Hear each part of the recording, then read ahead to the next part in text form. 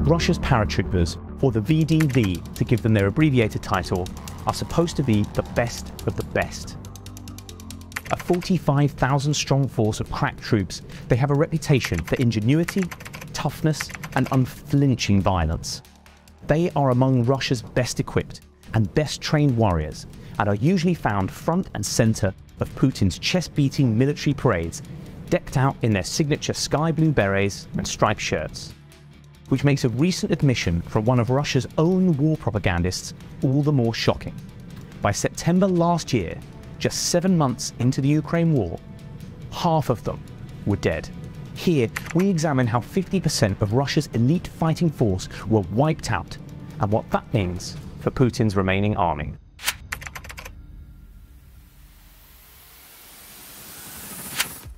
When Putin ordered his armies to invade Ukraine, it was naturally the VDV who were at the tip of the spear. An iconic piece of footage from the first day of the war showed helicopters buzzing low over the Ukrainian capital as the city came under attack. These helicopters were carrying VDV units to Hostomel Airport, where they had been charged with capturing it so that Russia could land thousands more troops using the runway.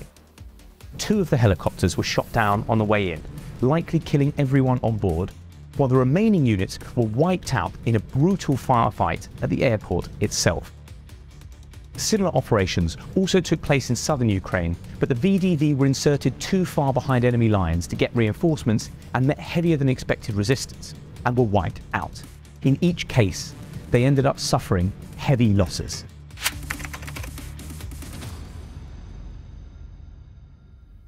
Having failed in attacks from the air, Russia sent the VDV in on foot. Wherever the fighting was fiercest, that's where the paratroopers went. They led a second assault on Kyiv, which passed through the suburbs of Bucha and Irpin, where civilians were found massacred after Russia was forced to retreat. Footage captured in Irpin showed how Ukrainian special forces ambushed and destroyed 4 VDV armoured vehicles, which can carry up to 7 men in each vehicle. 331st Guards Regiment, a unit within the VDV which has an especially tough reputation, was badly chewed up in the same area. Its commander, Colonel Sergei Sorakev, died fighting on the outskirts of Kyiv in mid-March along with dozens, possibly hundreds of his men.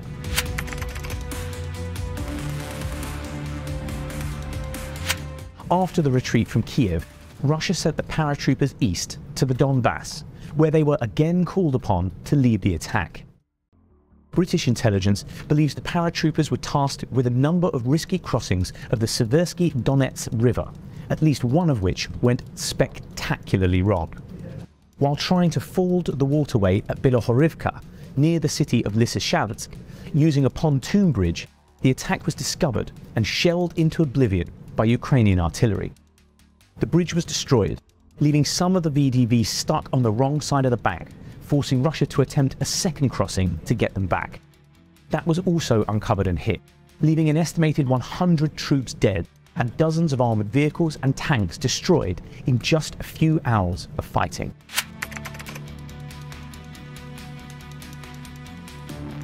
When Ukraine said it would be counterattacking towards the city of Kherson last summer, Russia sent its best troops to defend the city. Surprise, surprise, the job once again fell to the paratroopers.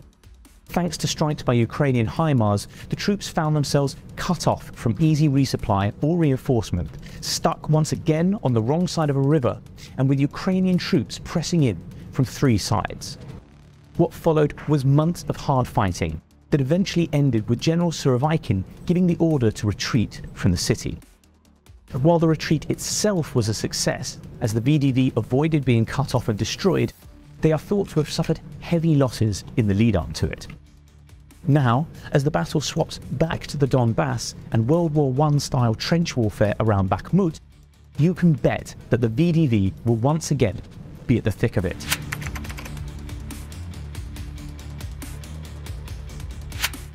Obviously, losing 22,500 of your best troops isn't good news for any army, but it is especially bad news for Russia. Replacing such troops is difficult. Paratroopers are typically recruited from other branches of the armed forces or from specialist training schools. most of Russia's military has now been badly chewed up in Ukraine, limiting the pool of recruits. It then takes months to complete the additional training required to become a paratrooper. The 300,000 men that Putin mobilized into the military last year are unlikely to make the grade. And even if the VDV can find the men it needs, it now has lost a lot of its most experienced men, which means the quality of the training the new recruits get will suffer. The war in Ukraine is far from over.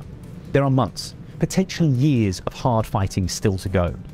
Having half as many crack troops means Russia's generals will have limited options when it comes to where and how they can attack.